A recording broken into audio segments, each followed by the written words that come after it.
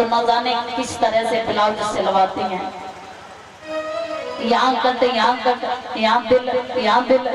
अब पता ही नहीं चलता जब कपड़ों में इतने दिल हैं तो अंदर दिल है कि नहीं।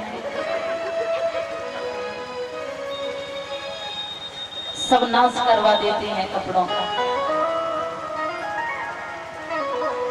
भगवान बोले सब घूंघट करेंगे हम और दाढ़ी भी छिपा लेंगे, जटा भी छिपा लेंगे। बोले ये बड़े बड़े पैर कहाँ आए। अब भगवान बोले कोई बात नहीं, नीची नीची साड़ी बांधे। फैशन भी चल रही है, इतनी नीची साड़ियां बांधती हैं कि सारा पेट दिखता है। बताओ ये कोई फैशन होती है?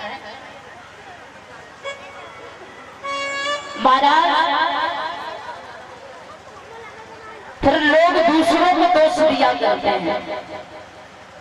पहनावा यदि आपका सही है तो जरूरी ये नहीं है कि आपको देख करके हर किसी की दृष्टि गलत हो जाए। जब हमारा पहनावा अच्छा होगा तो हमारे लिए सब सही होंगे, सामने वाले के लिए हम सही होंगे। कहते हैं जिसकी दृष्टि अच्छी होती है उसके लिए सारी सृष्टि अच्छी होती है, और जिसकी दृष्टि ही अच्छी नहीं है उसके लिए सारी सृष्टि गलत है। और इसलिए हम अपनी बहनाओं से कहना चाहते हैं, फैशन कीजिए अच्छी बात है, लेकिन मर्यादाओं में रह करके, मर्यादाओं का उल्लंघन न करो। माता पिता आपको डांटते नहीं है, रोकते नहीं है, तो इसका मतलब ये नहीं कि आप मर्यादाओं को ही त्याग दें। हम नारी जाति से हैं और हमें मर्यादा में चलने का हमारा कर्तव्य है, हमारा धर्म है। कहते हैं एक दुपट्टे की कीमत कितनी होती है? 100-200 रुपए, 300। पर जब उसे हम ऊपर से ओढ़ करके चलते हैं तो हमारी कीमत करोड़ों में हो जाती है। ये मत सोचो कि बिना दुपट्टे के चलेंगे तो हम ज्यादा स्मार्ट लगेंगे। ये मत सोचिए कि हम बिना दुपट्टे के चलेंगे तो ज्यादा अच्छे लगेंगे। अपने स्वभाव को सोने की तरह बनाइए समाज के लिए, पर जिसके पास आप खड़े हो जाएं उसकी कीमत हजारों में हो जाए, करोड़ों में हो जाए। आप ऐसा स्वभाव अपना बनाइए। पर कुछ बहनाएं हमारी ना माता पिता की बात को मानती हैं, ना समाज को देख करके चलती हैं। उन्हें जो करना है वो करती हैं। उनसे कहना चाहूंगी कि आपके साथ भला माता पिता क्या गलत कर रहे हैं जो आप पिता की ही इज्जत को समाज में बिगाड़ रही है। अरे बेटी चाहे तो पिता का समाज में सर ऊंचा कर दे, बेटी चाहे तो पिता का सर समाज में झुका दे। बेटी क्या नहीं कर सकती है? बेटियां क्या किसी से कम है? खुद को कमजोर स्वयं बेटियों ने माना है। और यदि आप अपने चरित्र को, अपने स्वभाव को बदल लें तो आप आज भी कमजोर नहीं हैं। और लोग अपनी बेटियों पर नजर रखते हैं। जिस दिन ध्यान रखना प्रारंभ कर देंगे उस दिन बेटियां अपने संस्कारों को नहीं खो पाएंगी, मर्यादा को नहीं भूल पाएंगी। नजर से ज्यादा ध्यान रखो। नजर तो पड़ोसी भी रखते हैं, गांव के लोग भी रखते हैं। ध्यान रखना सीखो। और ज्ञान के ही साथ बच्चों को संस्कार देना जरूरी है। हमारी आज के समय की जो बहनाई हैं मानते हैं कि फोन की फैशन चली है, हर किसी के हाथ में फोन होता है। पर ये एक वायरस समझो, इसने हमें कुछ सीख भी दी है, कुछ अच्छा भी बनाया है तो कुछ गलत भी बनाया है। तो आप इस फोन के जरिए से गलत रास्तों पर ना जाएं, अपने आप को भटकाएं ना। अपने माता पिता के नाम को ऊंचा करने के लिए, अपने लक्ष्य को पाने के लिए हर रोज कठिन से कठिन परिश्रम करें। यही हमारा लक्ष्य है, यही हमारे संस्कार हैं। शिक्षा का उद्देश्य केवल ये नहीं कि पढ़ लिख करके केवल शादी हो जाए। शादी तो हर किसी की होती है, शादी तो तब भी होती है जब आप बिल्कुल पढ़े ना हो। शादी तो उनकी भी होती है। शिक्षा का उद्देश्य केवल ये नहीं कि आप पढ़ लिख करके केवल आपकी शादी हो। शिक्षा का उद्देश्य ये है कि आप पढ़ लिख करके अपने माता पिता का नाम रोशन करें, अपना नाम रोशन करें। आप पढ़ रही हैं, आपने कुछ हासिल नहीं किया, इससे पहले अहंकार आ गया। अरे लक्ष्य तो हासिल कीजिए, मंजिल पर तो पहुंचिए। लक्ष्य हासिल करने के बाद में हर फैशन, हर समाज के लोग आपकी मुट्ठी में होंगे, फिर आप चाहे कुछ भी करें कोई गलत नहीं रहेगा। पहले जब आप अपने लक्ष्य को हासिल करेंगे तो कभी अहंकार प्रवेश ही नहीं कर सकता है। जब आप अपने लक्ष्य पर पहुंचेंगे तो कभी आप अपनी मर्यादाओं को नहीं भूल सकते हैं। इसलिए इन सभी व्यर्थ बातों को छोड़ करके आप अपनी मंजिल की खोज कीजिए और पढ़ लिख करके आप कोई सपना सजाइए कि हमें करना क्या है पढ़ करके। शादी तो हर किसी की होती है। ये मत सोचिए कि हम अपनी मर्जी से शादी करेंगे, हम ये करेंगे या वो करेंगे। इन सभी चीजों का त्याग करके और हमें केवल अपने लक्ष्य पर जाना चाहिए कि हमें जीवन में करके क्या दिखाना है। और यदि कुछ नहीं करना है तो आप पढ़िए अच्छे से, और बाद में शादी अपने माता पिता खुद ही कर लें। क्या वो आपके बारे में कुछ बुरा सोचे? आपसे अच्छा ही सोचे। पर कुछ लोग, कुछ बच्चे ऐसे होते हैं, उन्हें माता पिता की हर बात गलत लगती है, हर सीख गलत लगती है। वो खुद को सयाना समझने लगते हैं, बुद्धिमान समझने लगते हैं। ये हमारी भूल होती है। या तो आप माता पिता से कुछ बेहतर कर रहे हो, कुछ ज्यादा ही अच्छा कर रहे हो, तब भी माता पिता की अनुमति लीजिए, माता पिता की सहमति से ही आपको काम कीजिए। भले ही वो आपको बेहतर लगे या समाज को बेहतर लगे, लेकिन कहा जाता है कि यदि आपने दुनिया को जीत लिया हो, माँ बाप के दिल को जीत ना सके तो आपकी हर जीत हार के समान होगी। इसलिए सर्वप्रथम अपने माता पिता के दिल को जीतिए। ये हमारा सभी बहन और भाइयों से कहना है। इस भागवत का मतलब ये नहीं कि हम केवल भगवान के नाम की ही चर्चाएं सुना रहे हैं। ये भागवत एक सत्संग भी है, और यहाँ हमें यदि सीखने को कुछ न मिले तो फिर यहाँ बैठ करके भागवत कथा सुनने का कोई मतलब नहीं रहा। हमें कुछ तो बदलना चाहिए। कथाएं तो सब जानते हैं, कौन नहीं जानता है। ये भगवान की कथा सब जानते हैं।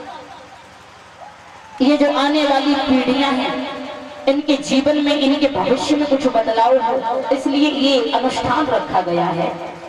इन कथाओं को सभी जानते हैं ताकि हमारे बच्चों के आने वाले भविष्य, उनके चरित्र पर कोई प्रभाव ना पड़े। इसलिए और माताएं बहनें हमारी एक बहुत बड़ी गलती किया करते हैं।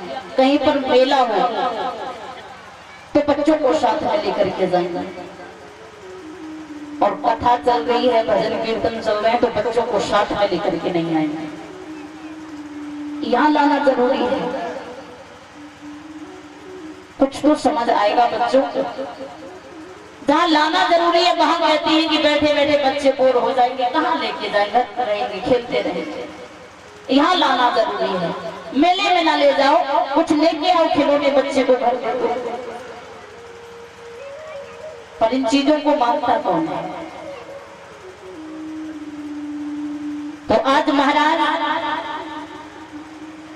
भगवान भोलेनाथ मैया पार्वती से कह रहे हैं कि हमें जनाना बनाओ और हमें अपने साथ लेकर के चलो। तो आज मैया पार्वती जी भगवान भोलेनाथ को जनाना बनाती हैं, सारा श्रृंगार सजाती हैं, नर से नारी बना करके भगवान भोलेनाथ को साथ में लेकर के चली। और कितना सुंदर रूप बनाया है। बन गए शिव नर से नारी, चले जहां शिव बनवारी। बन गए शिव नर से नारी, चले जहां शिव बनवारी।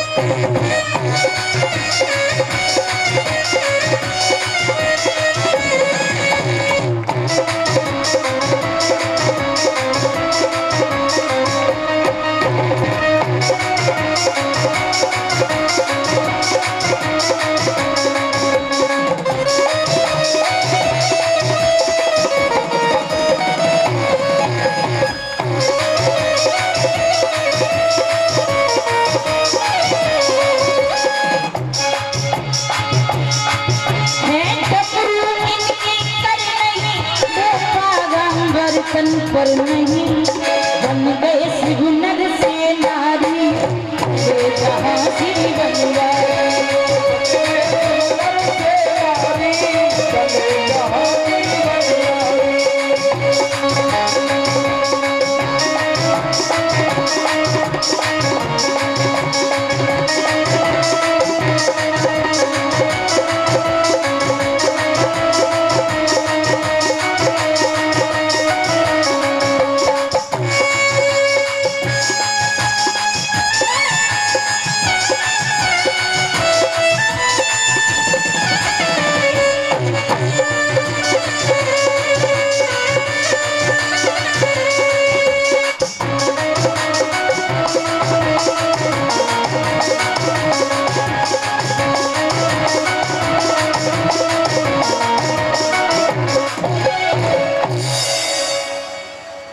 जैसे ही भगवान भोलेनाथ पार्वती से आगे चले तो पार्वती मैया कहने लगी, भोलेनाथ इस रूप में तुम पति नहीं हमारी सहेली हो, हमसे पीछे चलो।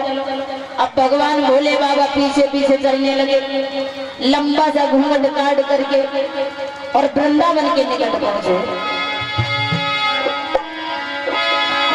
एक बिना भोले भंडारी और बन गए ब्रज की नारी, वृंदावन आ गए, वृंदावन आ गए।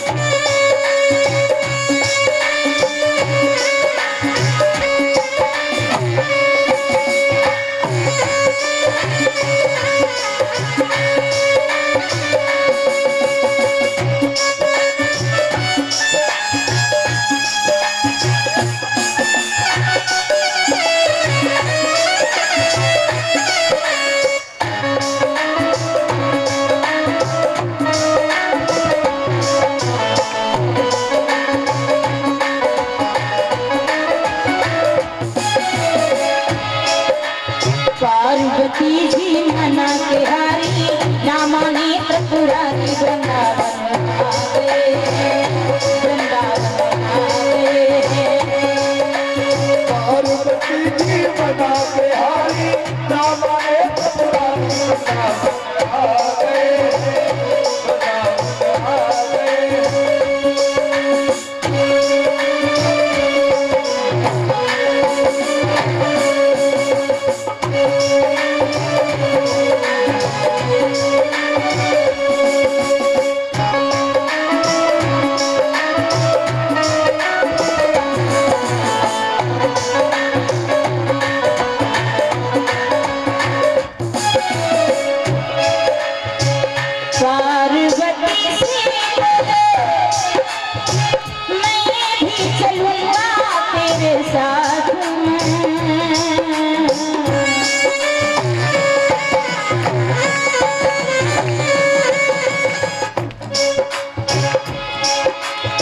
राधा संसार नाचे, मैं भी नचूंगा तेरे साथ में।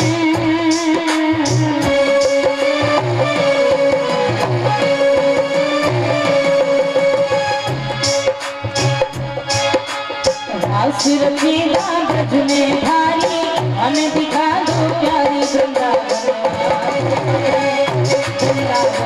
आते हैं।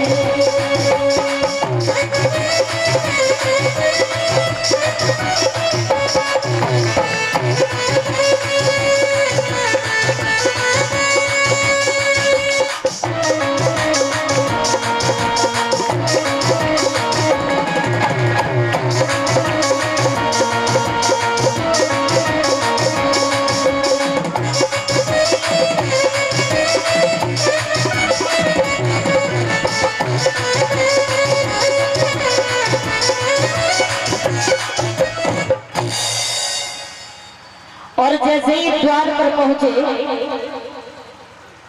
तो एक गोपी पहरेदारी पर लगी थी, उस गोपी ने द्वार पर ही रोक लिया, पूछने लगी, बहन आप कहां से आई हो? तो पार्वती मैया ने कहा कि हम कैलाश पर्वत से आए हैं, क्या आपने हमें पहचाना नहीं? गोपी ने जवाब दिया, अच्छा भगवान भोलेनाथ के यहाँ से? बोले हाँ। ठीक पहचाना? बोले तो आप बताइए।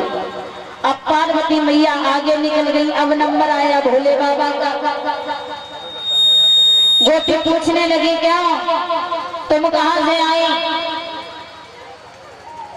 तुम्हारे पति का क्या नाम है?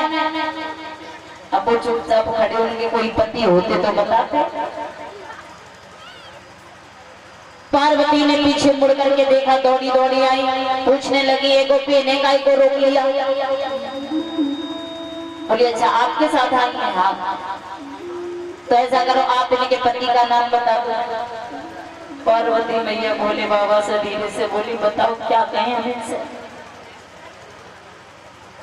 तो जवाब दिया भगवान ने, जो मन में आए कह दो।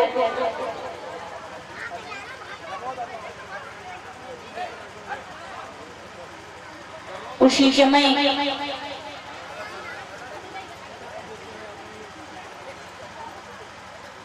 पार्वती मैया कहने लगी है, बहन ये कोई और थोड़ी नहीं। कौन? मेरे बेटा गणेश को जानती हूँ? बोले जानते हैं। बस गणेश की बहू है। बोले गणेश की बहू? हाँ। बोले गणेश तो छोटे हैं। तो क्या हुआ, मॉडर्न जमाना है। तो ऐसा करो ना,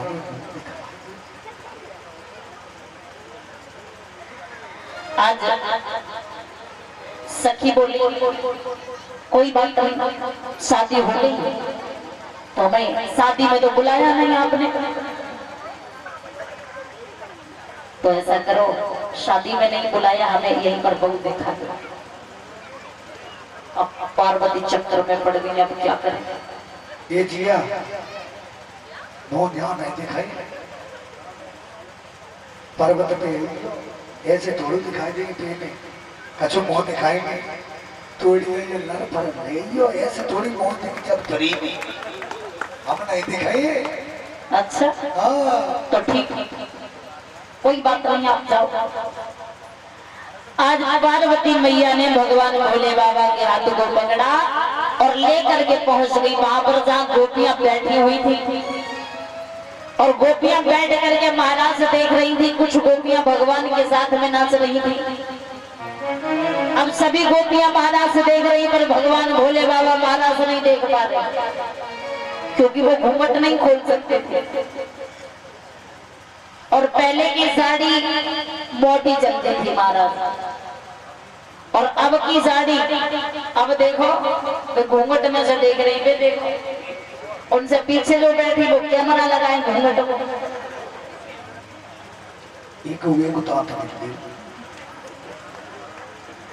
और अब महाराज बच्छदानी की तरह साड़ी चल रही है, माथे की बिंदिया दूर से ही चमक है। अब भगवान भोले बाबा जरा सा घूंघट हटाते तो मैया पार्वती नाराज होने लगती, आए क्यों, चुप बैठो। अब भगवान भोलेनाथ तो बड़े सोच में पड़े, कैसे देखे महाराज, फिर आने से फायदा ही क्या हुआ। अब जरा सा घूंघट हटाया तो क्या देखा कि गोपियों के बीच में भगवान कन्हैया नच रहे हैं। और जैसे ही देखा तो भगवान भोले बाबा सोचने लगे, जब कन्हैया नच सकता है तो हम भी नचेंगे। अब भगवान श्याम सुंदर उठ करके खड़े हो गए, पार्वती मैया रोकती रह गई, पर भगवान नहीं माने। और भगवान भोलेनाथ ने साड़ी उतार के फेंक दी, हाथ में डमरू लिया और महाराज में कूद जाते हैं। कूद पड़े महाराज बीच में, शिव शंकर श्री त्रिपुरारी कूद पड़े।